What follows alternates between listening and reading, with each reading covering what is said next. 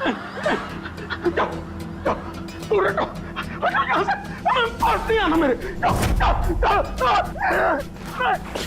हटो, मुझे मार मत, मुझे मार मत, जाओ प्लीज, जाओ।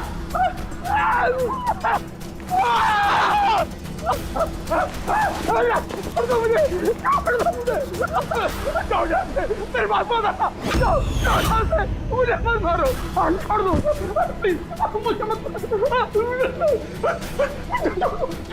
जाओ जाओ प्लीज, मुझे मत मारो, मत मारो मुझे छोड़ दो प्लीज, मुझे मारो।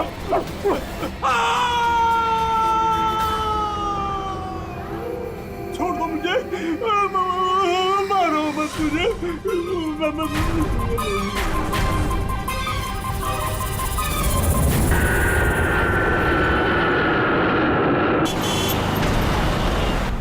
थोड़ा जल्दी चलाओ।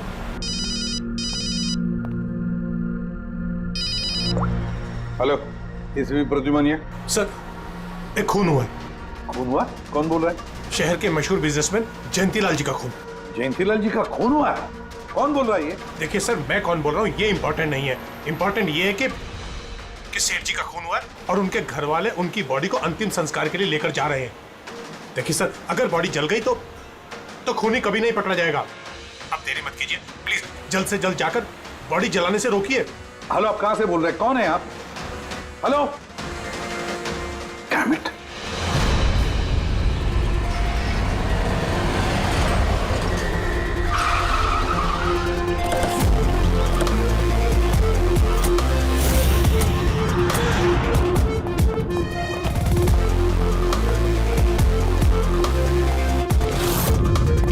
अरे कौन है आप लोग? ऐसे कैसे घर में अंदर आ रहे हैं? हम लोग सीआईडी से हैं। घर के सारे लोग कहाँ हैं? सर वो लोग तो साहब की बॉडी लेकर शमशान घाट गए हैं। शमशान घाट गए?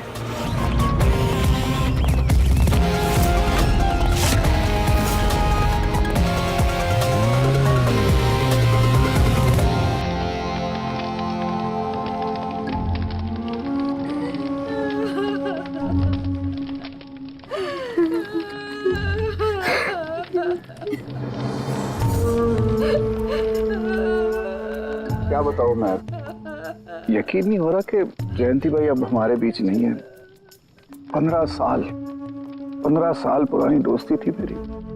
वो तो मेरे बड़े भाई जैसे थे। पता नहीं ये सब कैसे अचानक से हो गया।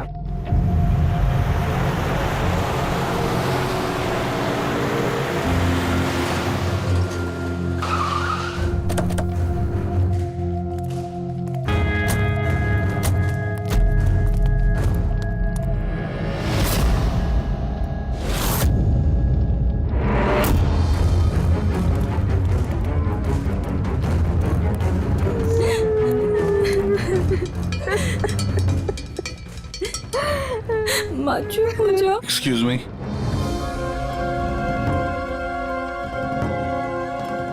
देखिए हम लोग सीआईडी से हैं। हाँ? जयंतीलाल जी के परिवार वालों से मिलना चाहते हैं। मैं जयंतीलाल जी की पत्नी दीपा। दीपा जी, हमें पता है ये सही समय नहीं है पूछताछ करने की, मगर क्या करें, वो जयंतीलाल जी की मौत के बारे में हमें कुछ पूछताछ करनी है। पूछिए, क्या पूछना चाहते हैं आप लोग? आप सुशील जयंती, उनका बड़ा बेटा। सुशील जी, हमें खबर मिली है कि आपके पिता की मौत एक नेचुरल डेथ नहीं थी, उनकी हत्या हुई है। क्या? ये कैसे हो सकता है? I'm डॉक्टर सूरज, मैं जयंतीलाल का फैमिली डॉक्टर हूँ। मैंने ही कल रात उनको चेक करके उन्हें डेथ सर्टिफिकेट दिया था। He died a natural death। ये सही कह रहे हैं। जयंती भाई की मौत सभी घर वालों के सामने ही तो हुई थी, और इतने सालों से मेरा इस परिवार से रिश्ता है, वो लोग झूठ क्यों बोलेंगे? तो आप लोगों ने इतनी जल्दी में बॉडी क्यों जला दी? तो क्या ये भी गुनाह है? इतने महीनों से पिताजी बीमार थे, कितने इलाज किए, कितनी कोशिशें की, नहीं बचे वो। देखिए, हमें इंफॉर्मेशन मिली है कि जयंतीलाल जी की हत्या हुई है। क्या?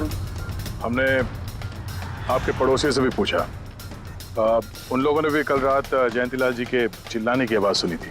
देखिए, पड़ोसियों ने जो कहा वो सही है, लेकिन उनको या आप लोगों को सही बात नहीं पता है। और वो सही बात क्या है? पिछले 3 महीने से डैडी की दिमागी हालत भी ठीक नहीं थी। वो ना सिर्फ लोगों को और बातों को भूलने लगे थे, बल्कि उनको हेलुसिनेशन यानी भ्रम हो गया था। गलत सही, सच झूठ का फर्क उनको समझ में नहीं आ रहा था। दौरे पड़ने लगे थे उनको लगने लगा था जैसे उनको कोई मारने वाला है। कल रात भी उनको ऐसा ही दौरा पड़ा था।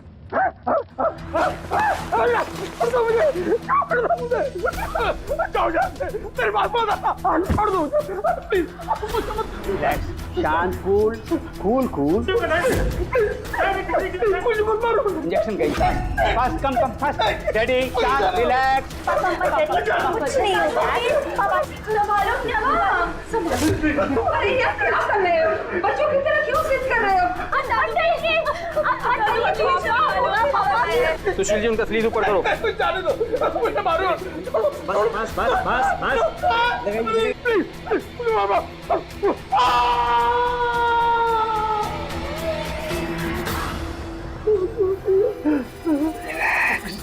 और इस बार अटैक इतना बड़ा था कि मुझे उन्हें बेहोशी का इंजेक्शन देना पड़ा और 2 घंटे बाद उनकी मौत हो गई। मैं आपको सारी डिटेल्स दे सकता हूँ, उनकी मेडिकल रिपोर्ट्स, मेडिकल हिस्ट्री, दवाइयाँ, सब कुछ दे सकता हूँ मैं आपको। हो गई तसल्ली आपको? अब हम अपना काम कर लें। इतनी जल्दी भी क्या है हेमंत? जरा सच तो सामने आ जाए।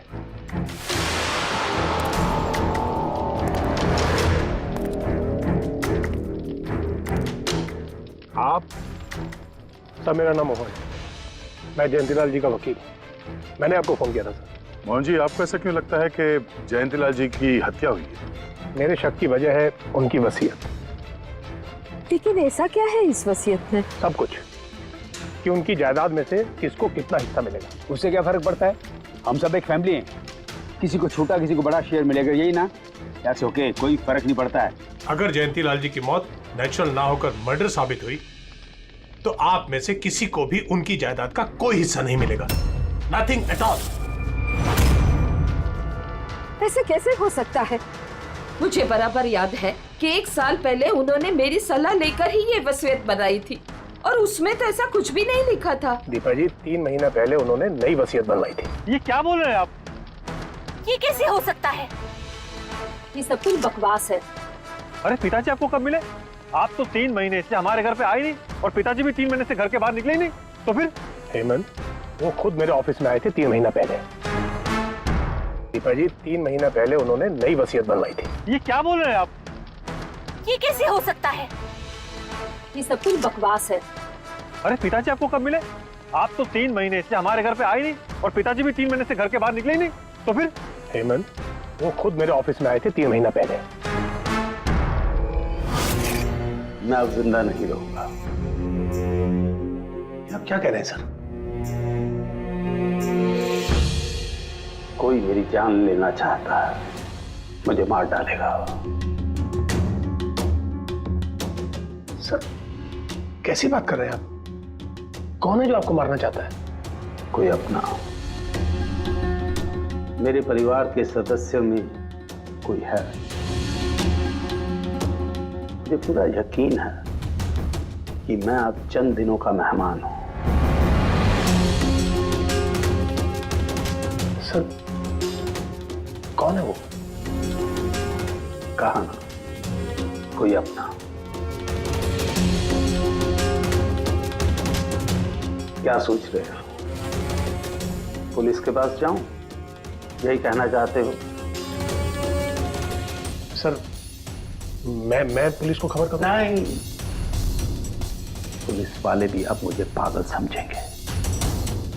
तुम मेरा एक काम करो मोहन, मेरा वसीयतनामा बदल डालो। अगर मेरी मौत हो जाती है और मौत के बाद ये साबित होता है कि उसका कारण मेरा परिवार है, तो मेरा बिजनेस, मेरा पैसा, मेरा कुछ भी परिवार के किसी भी सदस्य के नाम नहीं होगा। सर अगर परिवार के सदस्य को नहीं मिलेगा तो किसको मिलेगा?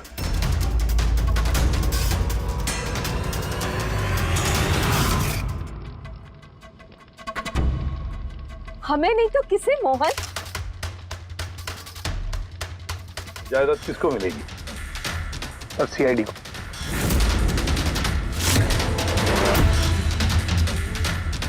क्या बकवास कर रहे हैं आप? जी सर, अगर जयंतीलाल जी की मौत हत्या साबित होती है तो उनकी सारी जायदाद जो कि लगभग 5,000 करोड़ है वो सीआईडी को और पुलिस वेलफेयर डिपार्टमेंट को मिलेगी। ये क्या मजाक कर रहे हैं आप? ऐसा कैसे हो सकता है? हो सकता है अगर उनकी मौत हत्या साबित हुई तो। लेकिन उनकी तो हत्या हुई नहीं, हम वहीं तो थे, जो कुछ भी हुआ हमारे सामने हुआ है। उनकी हत्या हुई है या नहीं वो हम पता लगा लेंगे। अरे आप कैसे पता लगाएंगे? बॉडी तो है ही नहीं। बॉडी जल चुकी तो क्या हुआ, राख तो है। जब तक ये केस सुलझती नहीं तब तक जयंतीलाल जी की राख हमारी कस्टडी में रहेगी। अरे लेकिन सॉरी मैम।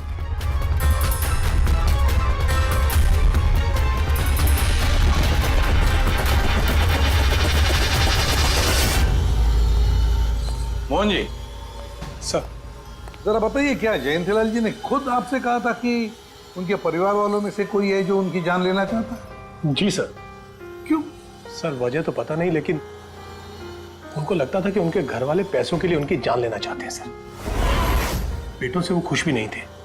वो चाहते थे कि हेमंत और सुशील उनके साथ बिजनेस में हाथ बटाएं, उनके साथ बिजनेस करें, लेकिन ऐसा हुआ नहीं सर। ऐसा क्या हुआ? सर दोनों ने अपना अलग अलग बिजनेस शुरू किया, लेकिन उसे भी चला नहीं पाए। और हेमंत सर, वो तो एक नंबर का अय्याश निकला। उसने सेठ जी के सारे पैसे उड़ा दिए। सर बाप बेटे में हमेशा खटर पटर चलती रहती थी, कभी बनी नहीं बाप बेटे में। बनती नहीं थी, मगर हम बाप बेटे तो थे। मुझे पैसों की बहुत जरूरत थी, लेकिन इसका ये मतलब थोड़ी है कि मैं अपने पिता को ही मार दूंगा। मार भी सकते हो। आखिरकार दुनिया में आधे से ज्यादा गुनाह तो पैसों के लिए ही होते हैं। फिर तो सुशील भैया की वजह मुझसे बड़ी थी। उनका पिछला बिजनेस उन्होंने घाटे में बंद किया और अभी जो है वो नुकसान में चल रहा है। सर मार्केट का बहुत पैसा है उनके ऊपर, और डैडी भी इस बार सुशील भैया की मदद करने के लिए रेडी नहीं थे। सर मैं मानता हूं कि डैडी नाराज थे, नहीं दे रहे थे मुझे पैसे, पर मुझे ये भी पता है कि वो मुझे और मेरे परिवार को मरने के लिए नहीं छोड़ सकते थे। खून मैं उनका।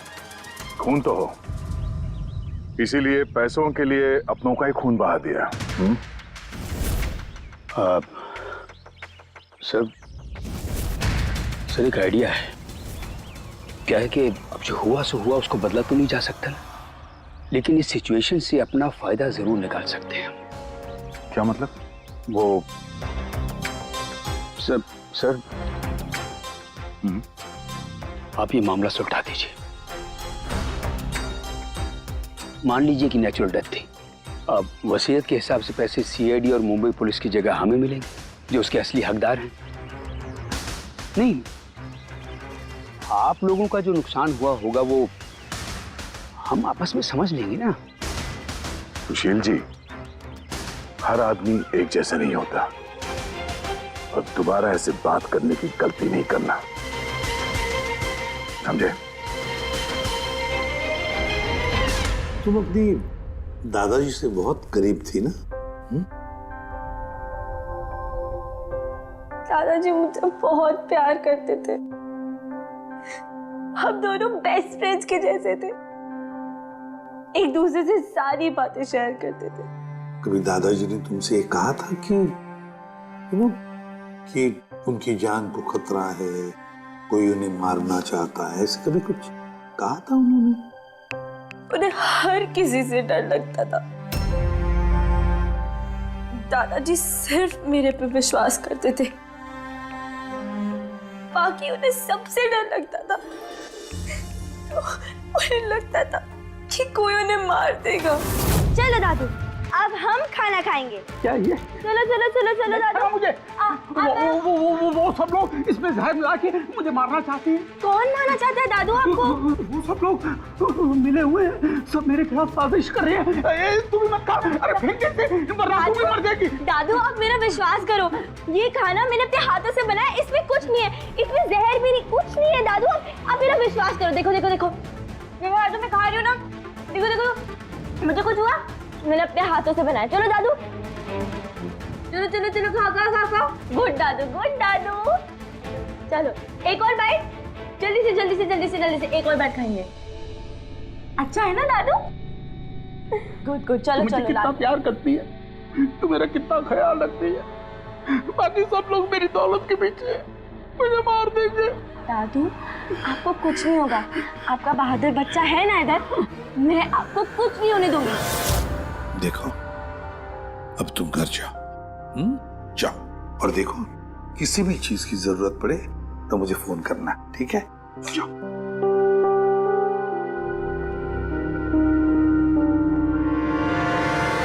हाँ सारुके, बता क्या निकला राख में से? बॉस, राख में से बड़ी जबरदस्त बात निकली है। हालांकि इस राख ने मुझे कम परेशान नहीं किया, लेकिन मैंने भी इसका मुंह खुलवा ही लिया, है ना? तो फिर बता दे यार। बताता हूं। तारिका। हाँ सर, हमने इस राख का स्पेक्ट्रोस्कोपी टेस्ट किया। फिर रिपोर्ट से बात साबित हो गई है बॉस कि जयंतीलाल की मौत नेचुरल नहीं है, जयंतीलाल को मारा ही गया।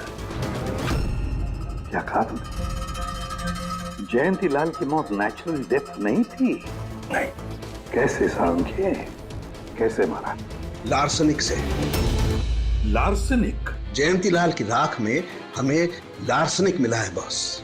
राख में से लार्सनिक? सर कुछ केमिकल्स और हेवी मेटल्स, धातु ऐसे होते हैं जो जलने पर भी नहीं खत्म होते। लार्सेनिक उनमें से एक है, इसलिए लाश के पूरी तरह जल जाने के बावजूद उसमें मौजूद लार्सेनिक जलाने और राख में ऐसे ही रहा। लेकिन एक बात समझ में नहीं आ रही है सारुके, कि अगर जयंतीलाल की मौत लार्सनिक की वजह से हुई है तो फिर उसके फैमिली डॉक्टर सूरज को ये पता कैसे नहीं चला? पता कैसे नहीं चला? उसने नेचुरल डेथ का सर्टिफिकेट इश्यू किया ही कैसे और क्यों?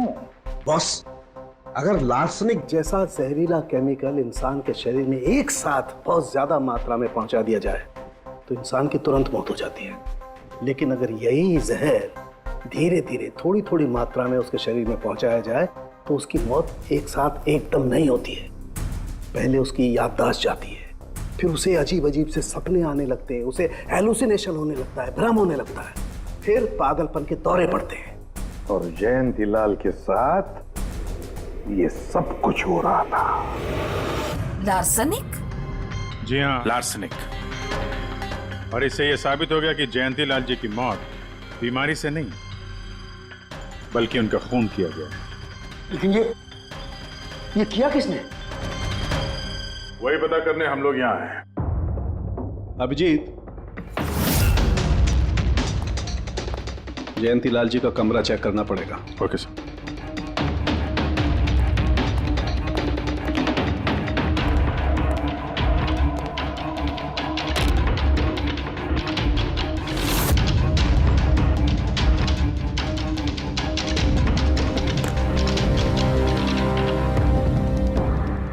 हम पे शक कर रहे हैं? आपने ऐसे सोच भी कैसे लिया कि हम लोगों में से कोई ऐसी घिनौनी हरकत कर सकता है? ऐसा कुछ नहीं है माँ, ये सब इनकी चाल है। डैडी की प्रॉपर्टी इन्हें मिल जाए इसके लिए मनगढ़ंत कहानी बना रहे हैं ये लोग। बकवास मत करिए सुशील जी, दोबारा ऐसा बोला ना अंदर डाल दूंगा।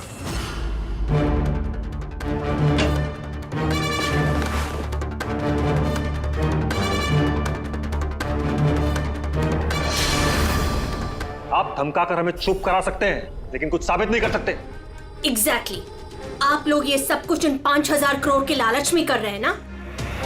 बोल चुके आप लोग, अब बस सीआईडी को अपना काम करने दीजिए। क्या मजाक नहीं चल रहा है? एक आदमी का खून हुआ है, खून। आप सबकी भलाई इसी में है कि हमारे साथ कोऑपरेट करें। अच्छा, अब सीआईडी धमकाने भी लगी है। ये धमकी नहीं है, ये आशी आशीष आशी बेटा, आशी क्या हो गया? आशी बेटा, आशी बेटा उठो। आशी आंखें खोलो, क्या हो गया तुम्हें? आशी आशी बेटा क्या हो गया? अरे जरा देखो इसे भी, क्या हो गया मेरी बच्ची को? आशी क्या हुआ? आंखें खोलो, हो गया। आशी बेटा, अरे आशी बेटा, आशी बेटा, आंखें खोलो, आशी।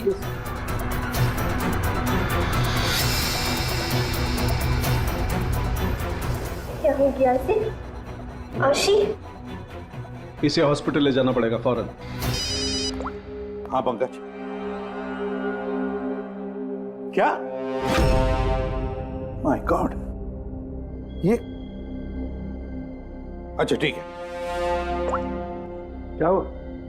ये डॉक्टर सूरज ने आशी के कुछ टेस्ट किए थे, पता चला कि उसके खून में भी लार्सेनिक है। लेकिन सर, लार्सेनिक आशी के खून में पहुंचा कैसे होगा? सर ऐसी कोई कॉमन चीज जो जयंतीलाल जी और आशी दोनों के कांटेक्ट में आई हो? खाना। अब आशी ने बताया था ना कि कुछ दिनों से जयंतीलाल जी का खाना वो खुद टेस्ट कर रही थी। नहीं बस खाना नहीं, ये कुछ और है। ये सालों के साथ ये आपको कैसे पता चला? बताता हूं, बस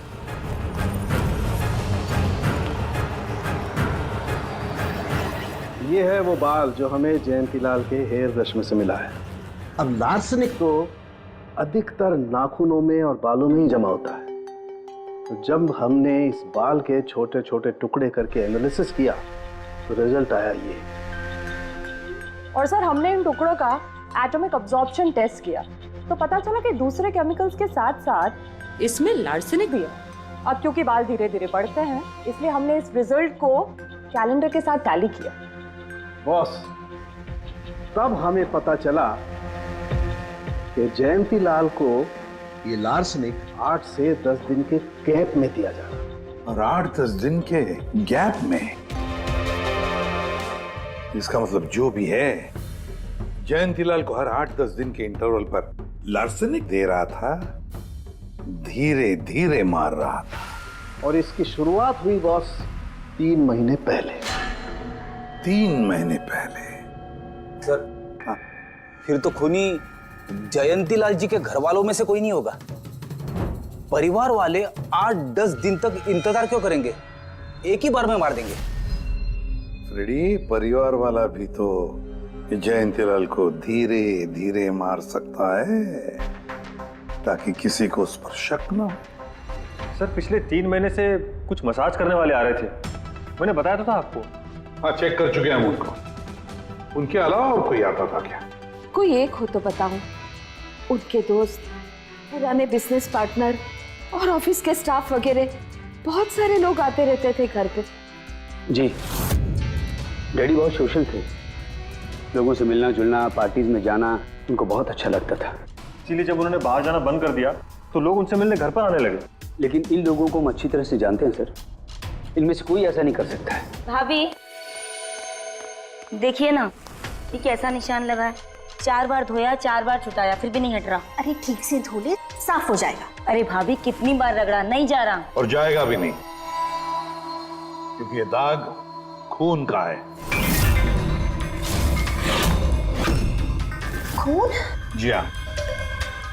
सुनिए, आपके कुर्ते पे ये खून का दाग कहाँ से आया? आपको कहीं चोट लगी है क्या? क्या हुआ आपको? मुझे नहीं पता। अरे मुझे मेरे कुर्ते पर कहाँ से आया? मैं खुद हैरान हुआ था कल जब मैंने इसे देखा। तो कल लगी आपको ये चोट? नहीं, मुझे कोई चोट नहीं लगी। हाँ, जब मैं कल लोगों से मिल रहा था तब ये खून का दाग लगा मुझे।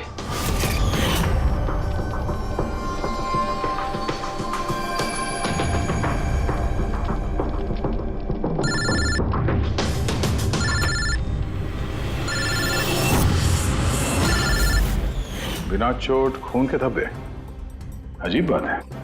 वही तो। और कुछ हुआ था कल? कोई खास बात?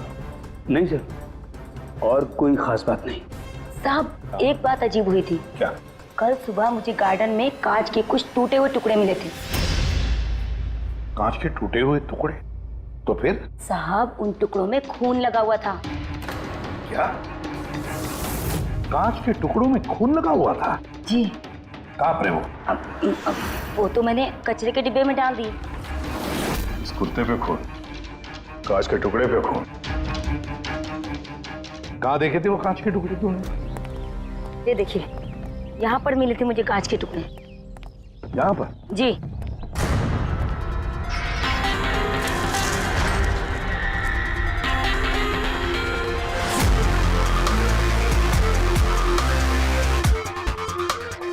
टूटा हुआ बल्ब है सर।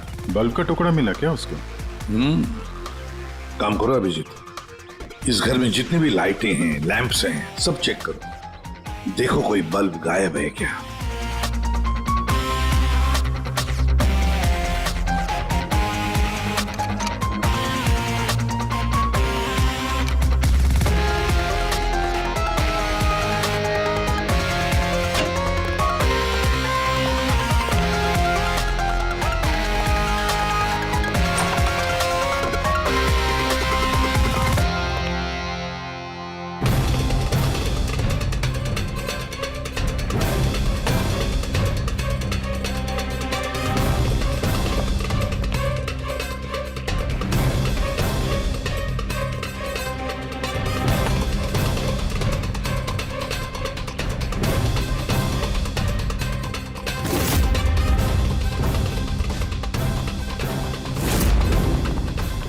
सर, सब जगह देख लिया, कांच का टूटा हुआ सामान कहीं पे भी नहीं है। सर कुछ नहीं मिला।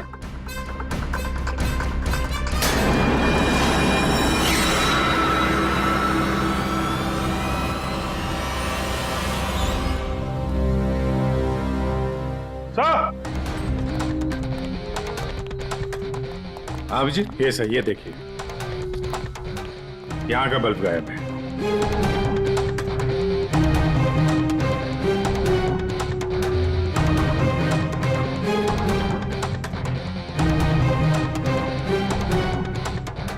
बड़ी अजीब बात है, ये लैम्प तो बिल्कुल ठीक था। मैं और दादू इस लैम्प के नीचे काम भी किया करते थे,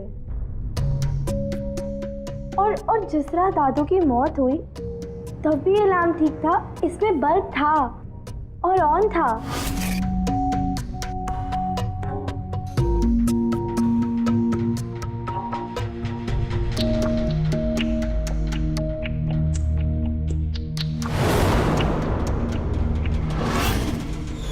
तो फिर इस लैंप से बल्ब अचानक गायब कैसे हो गया?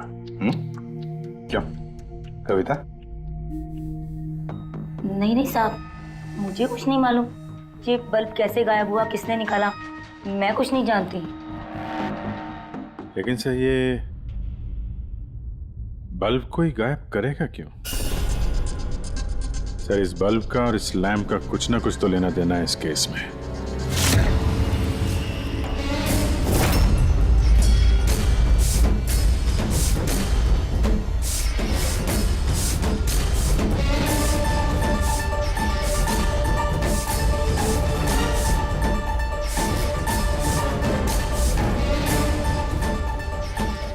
बॉस, ये धब्बे देख रहे हो? ये धब्बे लार्सनिक के हैं। लेकिन ये लार्सनिक के धब्बे पूरे लैंप पर कैसे है? बॉस, हुआ ये होगा, खूनी जयंतीलाल जी के घर पे आता होगा हर 8 या 10 दिन में।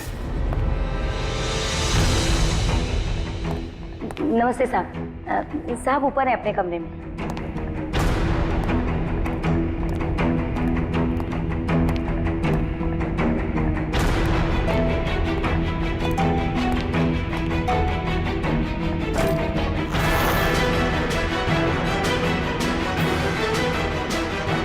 और चुपके से जयंतीलाल के टेबल लैंप पे लार्सनिक छिड़कता होगा।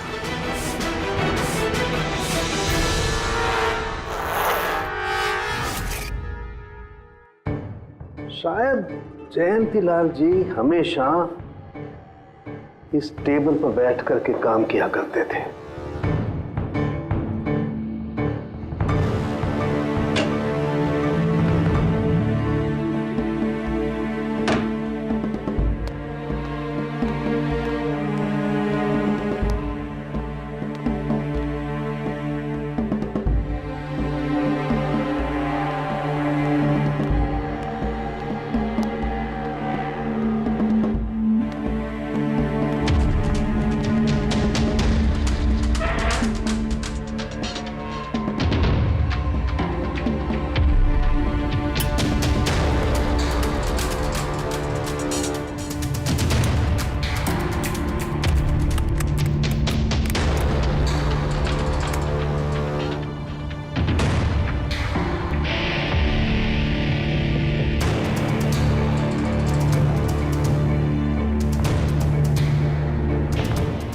और जैसे ही ये बल्ब गर्म होता था, लार्सनिक धीरे धीरे फैलकर जयंतीलाल जी की सांसों में घुल जाता था।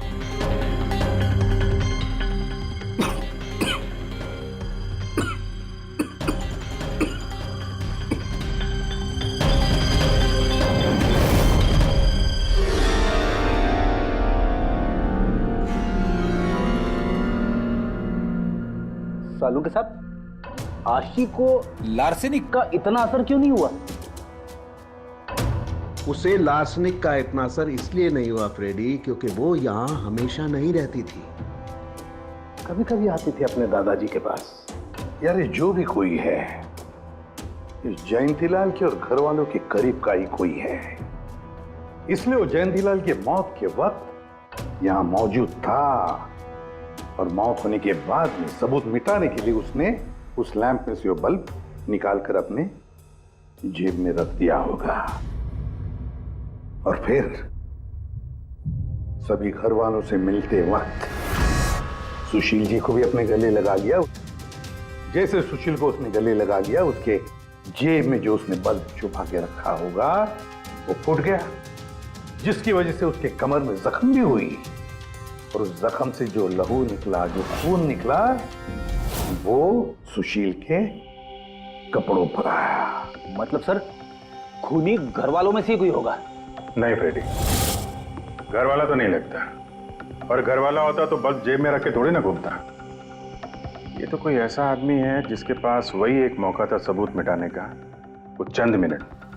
घर वाला तो कभी भी निकाल लेता। सर उस दिन तो कितने लोग आए थे यहाँ, खूनी का पता कैसे चलेगा? सर उस दिन मीडिया के लोग भी आए थे, कौन आया कौन गया ये सब रिकॉर्ड तो किया ही होगा उन लोगों ने। तो चलो देख लेते हैं किस किस ने सुशील जी को गले लगाया था।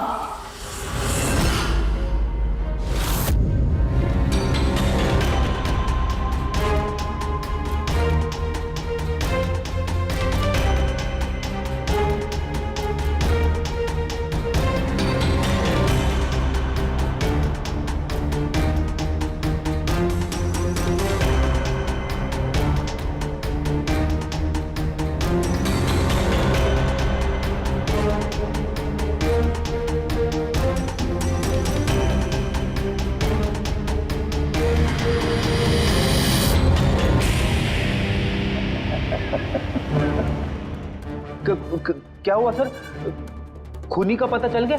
हाँ फ्रेडी, खूनी मिल गया। कौन है?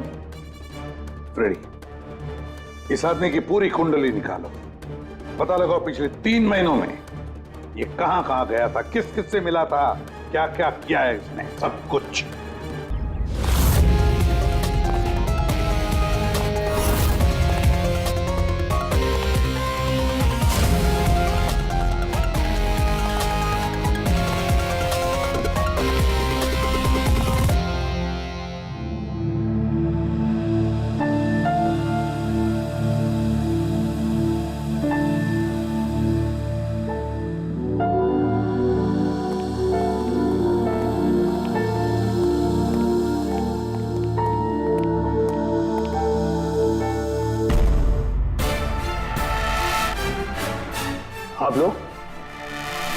आप लोग फिर यहाँ हैं?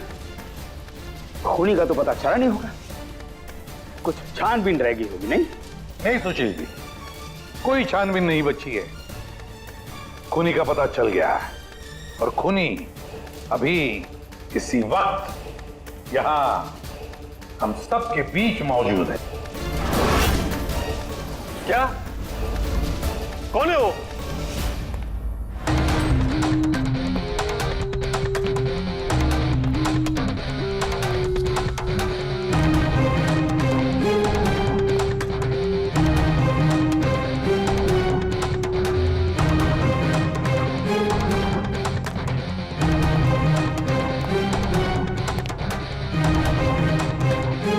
अरविंद जी,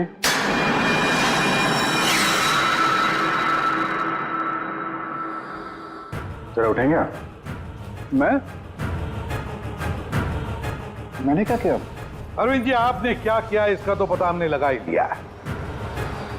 बस अब आपके कारनामे हम आप ही के मुंह से सुनना चाहते हैं। क्या बकवास है ये? आप मुझ पर इल्जाम लगा रहे हैं। आपको क्या लगता है कि मैंने जयंती को मारा? अभिजीत, मौका मिला था, मान जाते तो सबके सामने कपड़े नहीं उतरते। तेरा एक कुर्ता उठाना।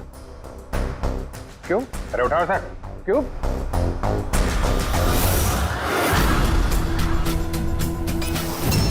क्या है ये? निशान कैसा है? हाँ? कौन सी भाषा बोल रहे हो तुम? हिंदी में बोलो, हिंदी में। मातृभाषा है हमारी। भूल गए क्या? याद दिलाओ। हाँ? नहीं सर,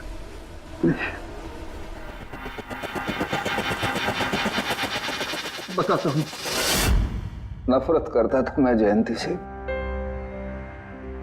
5 साल पहले हमने एक बिजनेस शुरू किया था। आज ये इतना बड़ा 5000 करोड़ का एम्पायर है ना, वो मेरे मेहनत की कमाई थी।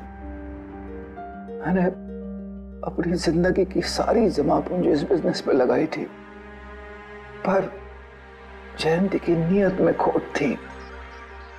उसने मुझे धोखा दिया, मुझे मेरी कंपनी से निकाल दिया।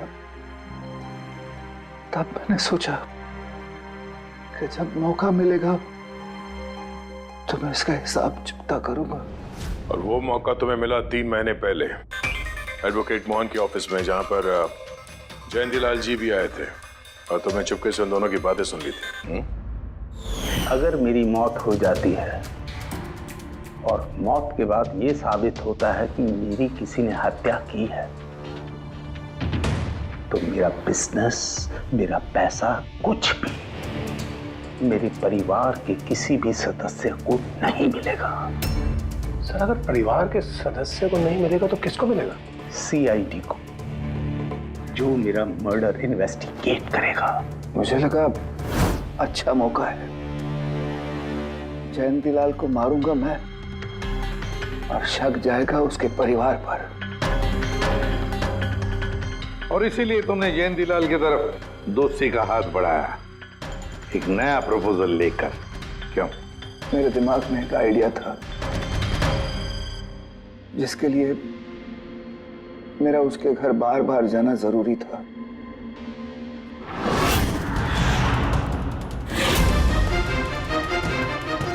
साहब ऊपर है अपने कमरे में।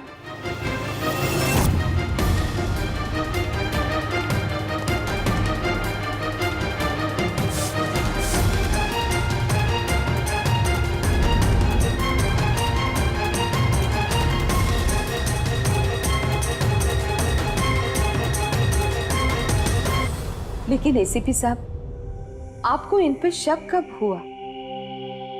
दीपा जी, जयंतीलाल जी की अंत्येष्टि के दिन जो मीडिया कवरेज हुआ था, जो मीडिया वालों ने वीडियो फुटेज लिया था, उसकी मदद से जयंतीलाल जी के अंत्येष्टि के दिन घर के बाहर जो इन्होंने कुर्ता पहना था, शमशान भूमि पर वो कुर्ता बदल दिया गया था, क्योंकि उस पर खून जो लगा हुआ था। क्यों अरविंद जी?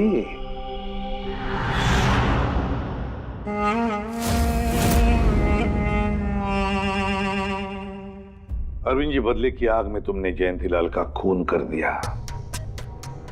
क्या मिला तुम्हें? कैसा सुख मिला? गलत किया तुमने, गलत किया। फ्रेडी,